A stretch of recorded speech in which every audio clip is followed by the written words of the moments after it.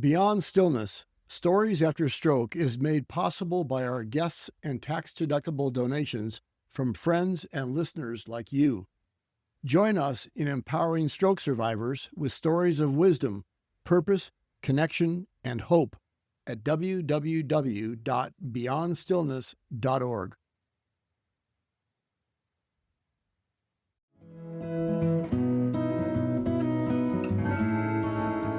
This week on Beyond Stillness, Stories After Stroke, we spotlight guest Kristi Haas from Watsonville, California. Kristi shares how she developed motivation to dig deep, even in times she struggled to believe in herself. Kristi stresses that there is always a way forward. She also shares a newfound purpose in her life. Her story is entitled Treat Yourself as You Would Treat Someone You Love. Thank you for joining us for Part 1, Kristi Haas's story.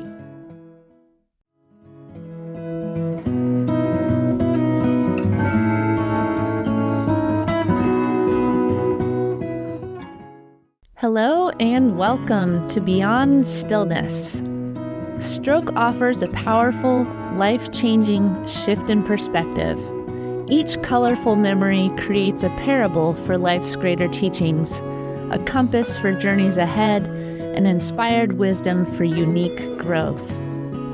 This radio show, Beyond Stillness, offers an hour of pause for storytelling and reflection. Ultimately, Beyond Stillness is a welcoming environment that reveres the moment beyond stroke's paralysis. Still moments unite humanity and divinity. I'm your host, Molly Bucola. Today we welcome guest Kristi Haas from Watsonville, California. For many years, she served as a teacher and tutor to elementary school students and a ballet instructor to petite ballerinas in her community. She enjoys time at the lake and near the ocean. Along with friends, family, and healthcare providers, Kristi has also found motivation from her Peloton home exercise community. Her story is entitled, Treat Yourself as You Would Treat Someone You Love. Before we begin today, we'll start with a moment of pause. Kristi speaks about how her Peloton community has supported her along the way, and how endurance, athleticism has helped her along the way. So today, let us think of our recovery as an endurance sport. Every day we train.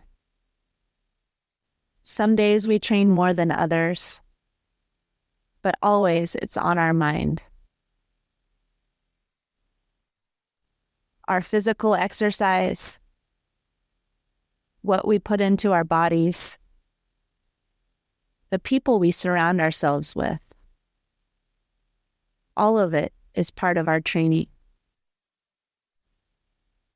Even the rest days, the days we give ourselves a break, those days are the days that the connections begin to strengthen. Those invisible connections begin to unite, strengthen, grow, so that when we are ready, we can push past, push beyond, and ultimately continue running our race.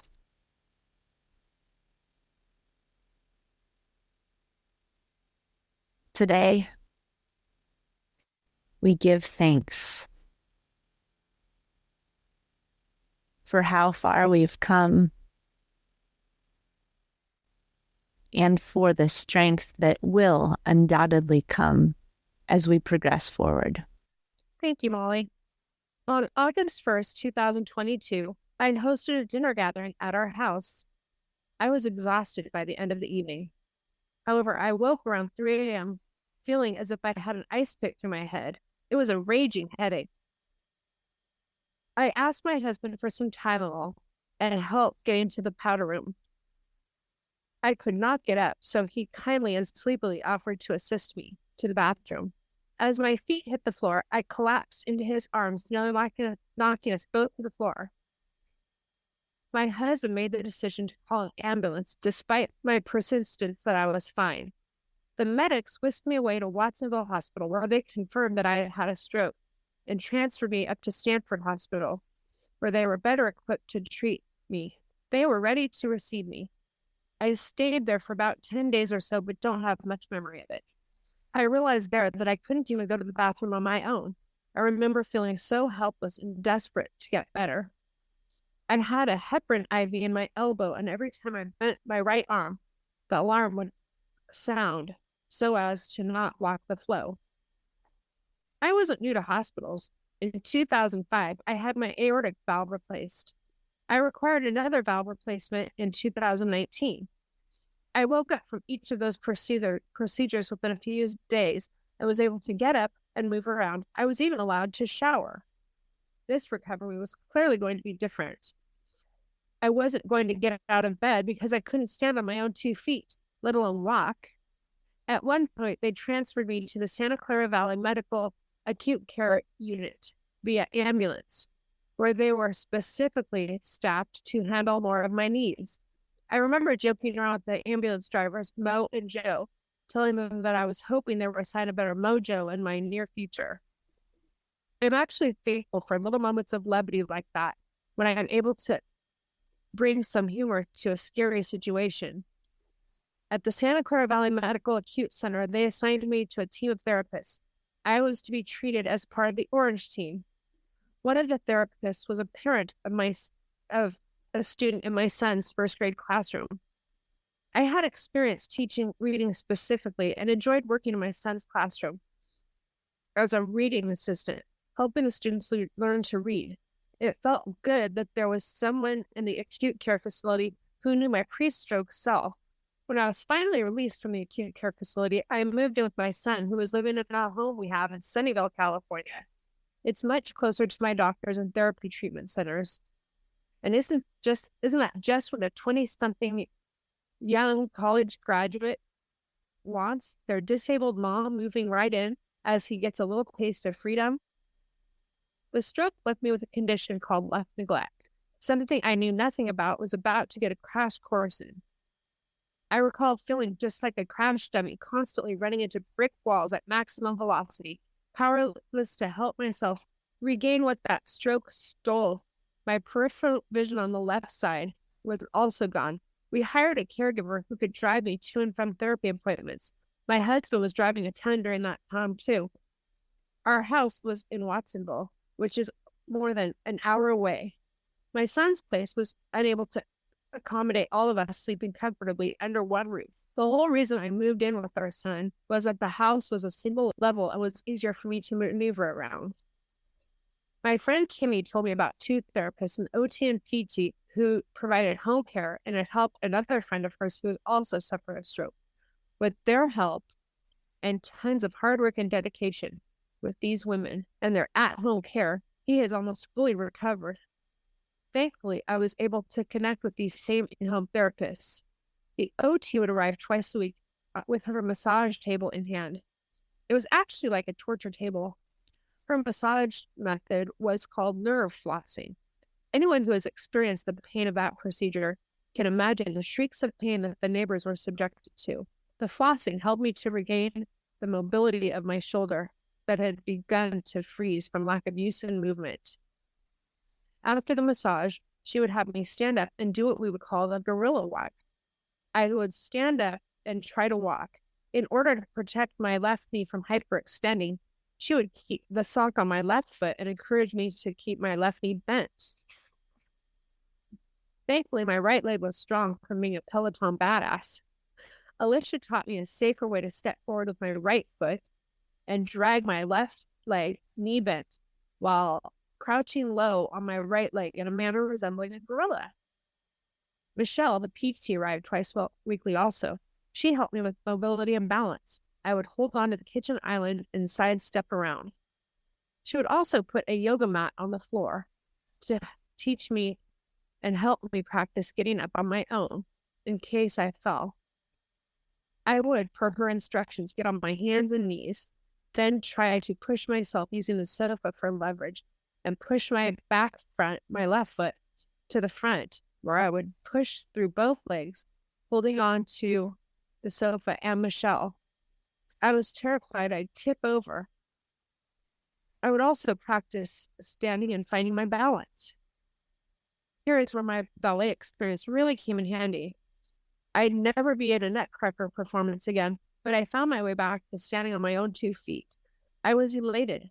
However, the initial effort to get myself up from the in case I fall position, I was terrified I was going to tip over. The first time I did, but I ended up landing in Michelle's lap. She asked if I was hurt. I responded, only my ego hurts. From there on out, I trusted her and we worked together as a team. Both Michelle and Alicia pushed me so hard. They were the first to tell me that I would be able to walk, possibly without my AFO. My sister-in-law, Amy, took me to Nordstrom, where she heard they would sell you 2 different size shoes so one could accommodate my left foot and accommodate the AFO that I was wearing. At that point, we were able to begin practicing walking outside. Eventually, I got to a point where Alicia told me to be brave and go outside without my AFO and my new kicks. Alicia would take me outside with Nana. That's what I named my quad cane. She would get me to the sidewalk and help me find my balance. Then she would take Nana away and help me place my 2 feet in 2 side-by-side squares of the sidewalk.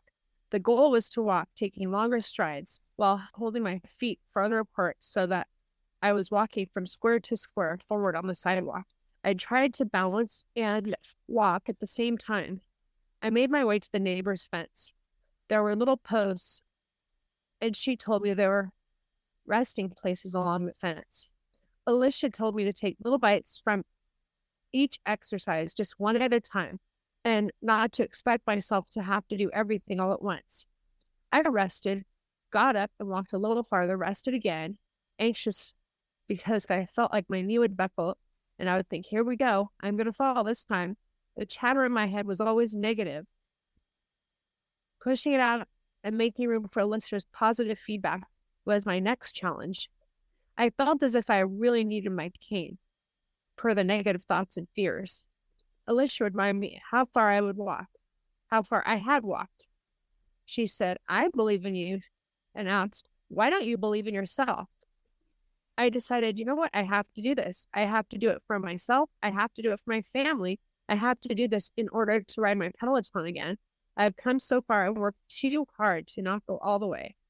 After each pause in my outdoor walk, I walked again and then rested, and then walked all the way to the next corner and kept going. I was teetering and unsteady and uncertain, but I was doing it. I walked all the way around the block. I was most afraid of falling and sending myself back to ground zero. It was in my mind that the very worst outcome. However, I knew my care team wouldn't let that happen as much as I feared it. I did feel like I could do anything if I set my mind to it, thanks to Alicia and practice. I could push myself through. A couple of things I say on Peloton is, you were built to do hard things. That is true. Our bodies can endure a lot. We just have to believe in that strength and not let the negative voices in our heads get the best of us. Peloton instructors also remind us that if you feel anxious in your mind or you have negative chatter in your head, that's your time to push through, because you're going to feel proud of yourself on the other side. Michelle knew I wanted to get back on my Peloton so badly. She would sit me on a chair and place a squishy Pilates ball beneath my left foot, ask me to push down in it like I would a pedal on a bike. I had the Peloton instructor's voices in my head when I was sitting in that chair, pushing my left foot on the Pilates ball. When the going got tough, I heard the Peloton instructor saying, dig, dig, dig. I repeated that in my mind through the rest of my therapy exercise. Dig, dig, dig, to get myself focused and working harder. Before the stroke, I loved the daily Peloton rides I would do. In physical therapy, I would watch Peloton class videos. My goal was to ride again, with both legs working 50-50. I wanted to be able to balance again. I vividly remember the time the bike they had could accommodate my wheelchair and back support. At one point, one of the therapists told me I would probably not be able to establish the core strength or balance to sit on the seat and ride ever again. I felt so discouraged and a little angry, but they didn't know me. I have been through a lot and I wouldn't let this keep me down. At one point, I wanted to move home, so I transferred to Dominican Hospital's outpatient rehab facility, where there's a whole new set of therapists. I count these sets of therapists as a blessing. Each therapist brought a new insight and knowledge to my toolbox for progress and growth. There, my PT Joel taught my husband and I how to safely get on and off my Peloton bike so I could use my bike at home. I was determined to complete my 1,850th ride on the night I moved back into my home. I picked an easy recovery ride, but it was a ride, not just a ride, but a ride on my Peloton. A ride I had been discouraged from believing I'd be able to take. I invited some of my Peloton friends and followers and other users to ride with me. You can choose a specific ride at a specific time and all log in together to appear together on the leaderboard. So we were all able to digitally high-five one another. My husband helped me put my AFO brace in the left shoe, and I was able to handle my right foot easily. He also lowered the seat so I could get on more safely and then raised it so I could begin pedaling. It felt good to have a team to support me and people who believed in me. A few friends even changed their hashtags to read, "Welcome back, Kristi." I'm not sure anything could have felt more encouraging to read all of those messages directed specifically to me. I knew I was determined and could ride, so I got started pedaling on my bike to nowhere, and I rode my 1,850th ride with the support and love of friends and family and Peloton instructors. Their encouraging words felt so good. The next day, I received a message in my email from Peloton about a new offering for a Persons with Disabilities Day to ride on the Peloton app. The instructor, Badley Rose, suffered a stroke 4 years prior to this class. I felt elated. They see me, I thought. He can relate to me. Seeing Bradley riding using both arms was inspiring to me. I still try to ride each week with him. The things he says are so inspiring. Sometimes I just want to crawl out of my body, but he reminds me that I know myself better than anyone else. He says the longer, more challenging road is the one that leads you to a long-term recovery. The short, easy fix is appealing, but doesn't lead to the same quality of results you're seeking.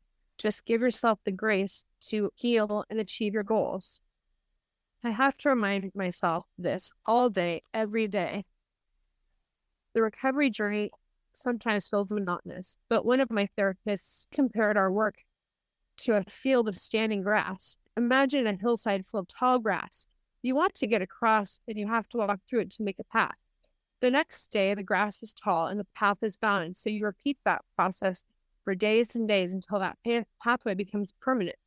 That's monotonous, but it also establishes a long-term path, and that's recovery.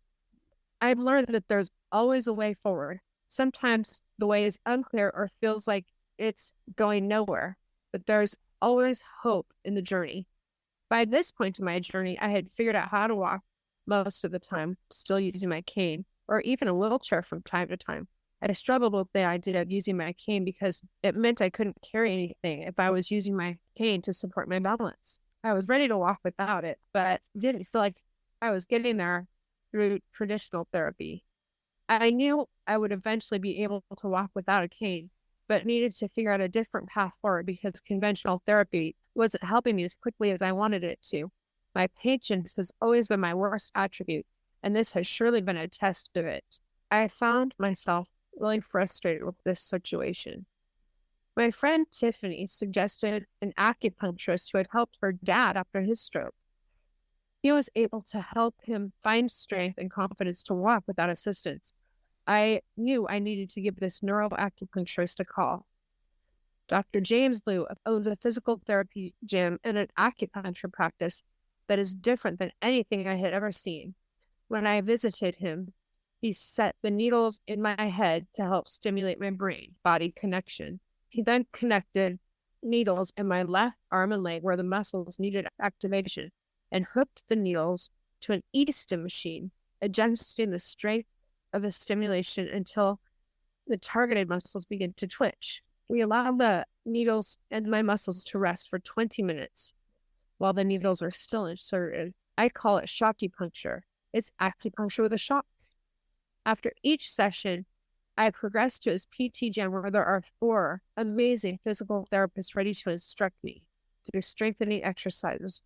There we determine which muscles are locked from spasticity and limiting my mobility. He works also with a doctor who uses ultrasound to inject Botox into the muscles experiencing the spasticity.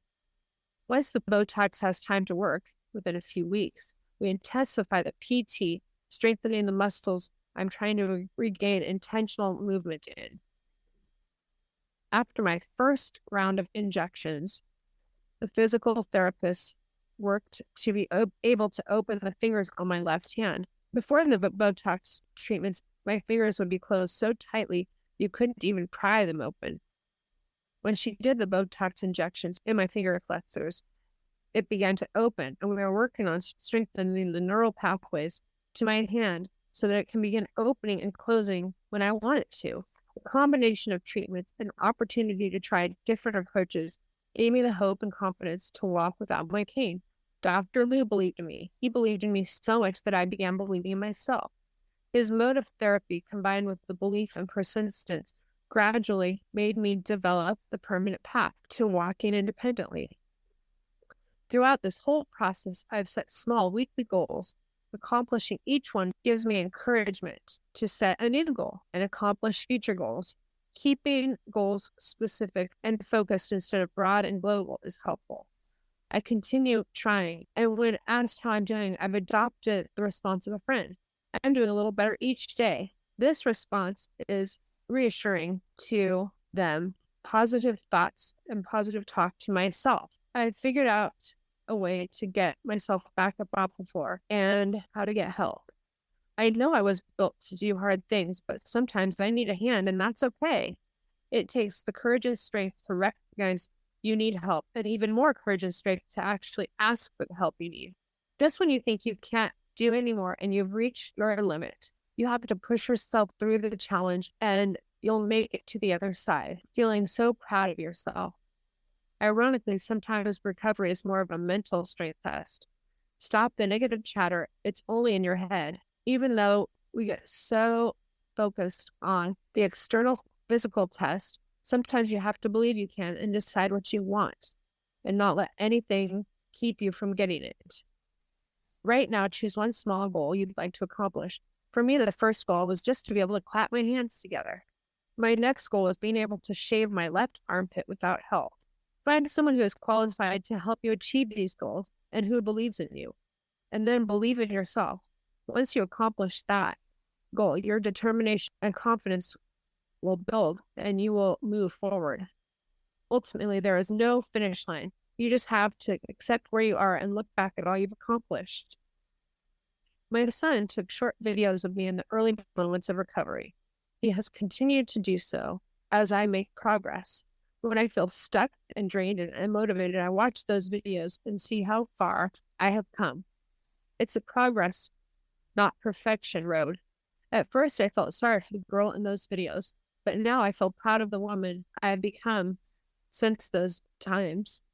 In recovery, I suggest that you document your progress and the process. If you haven't done so yet, start now. It's an empowering motivator. I look back on my recovery thus far, and I'm happy to say that when my mind gives negative chatter, I know it's time to push through and maybe watch one of those videos and feel proud of myself on this side. I've been able to say that I've taken the longer road and it's leading to a better recovery. I dig deep because I know I'm built to do hard things, and so are you. As a teacher, it was so easy to plan my time by every minute in every week. I was used to having control of time.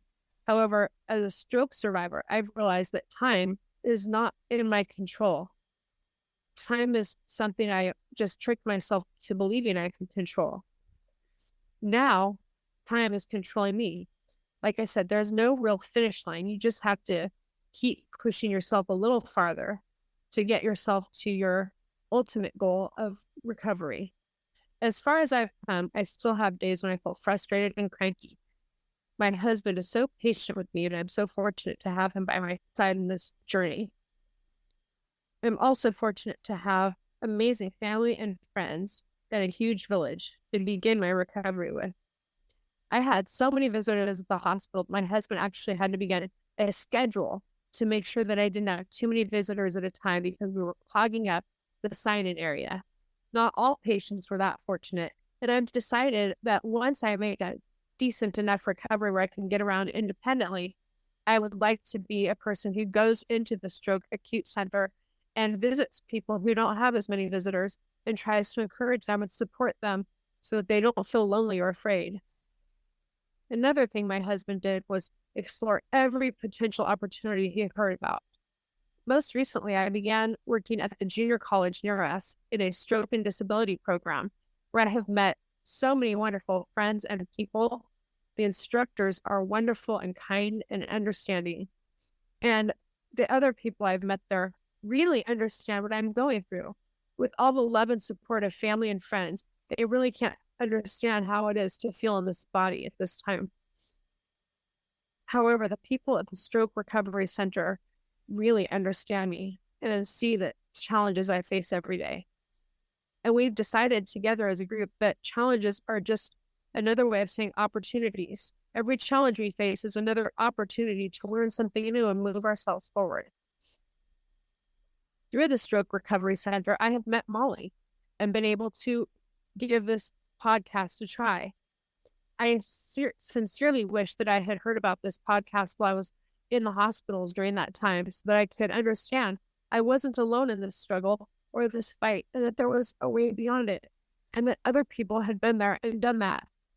It would have given me so much courage and strength. Thank you, Molly. I plan to go back to all my therapists and let them know about your podcast work because it's really important in the step to recovery. One thing that stroke survivors lack is a sense of community. I suggest you get out there and try to find a place, whether it's a support group or if you're fortunate enough to have a recovery center nearby you, as I do, go and try it out. It may seem like it's not for you, but until you try it and you sincerely go with an open mind, you'll never know. I can promise you, finding that community, be it a podcast like Molly's or a group that you can go see every day, it will help revive your enthusiasm because it lets you feel like you're not alone. And that's such an empowering feeling. I know there's more ahead for me. I've found a purpose and a way to guide my recovery toward that purpose.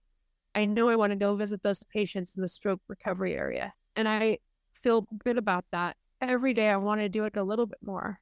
So it just keeps me pushing forward.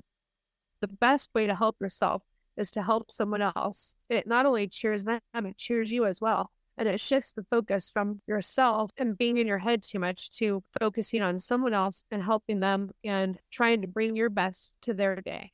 In turn, it actually brings your best to your day. Thank you for this opportunity, Molly. Oh, thank you, Kristi. Thank you. Thanks for sharing. Thank you. We'll close with a moment of pause here today.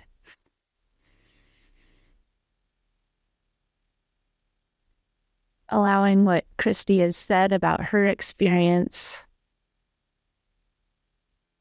to mold and mesh in with our own experiences. Because in a way, we each have so much to learn and to teach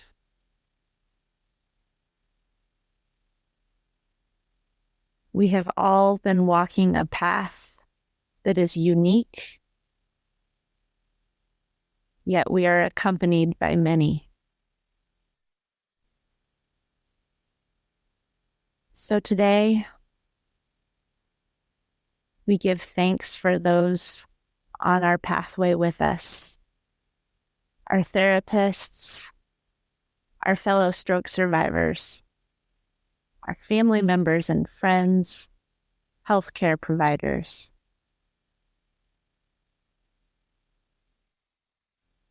We also give thanks for the parts of ourselves, our minds, our bodies, our spirits. Help us to, like Kristi, take our own experiences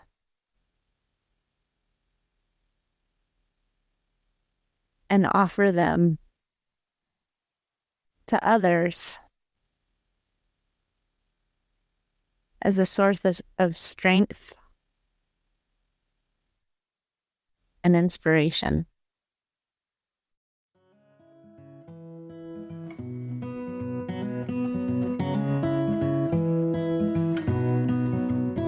Thank you for devoting time and space to listen to Part 1, Kristi Haas's story. Stick with us for Part 2, Kristi Haas's interview.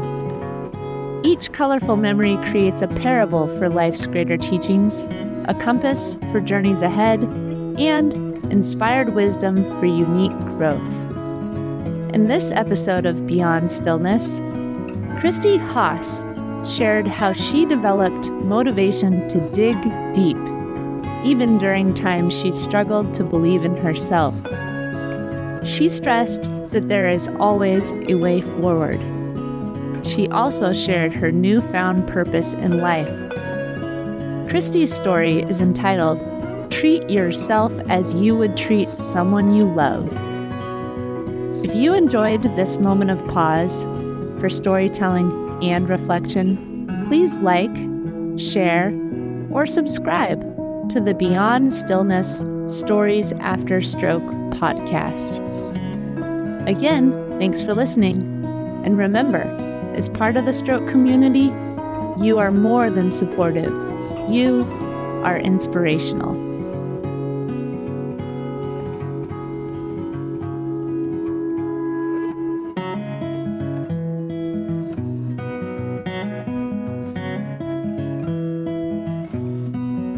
If you are part of the stroke community and have a story you'd like to share on the show, please contact us. Email molly@beyondstillness.org.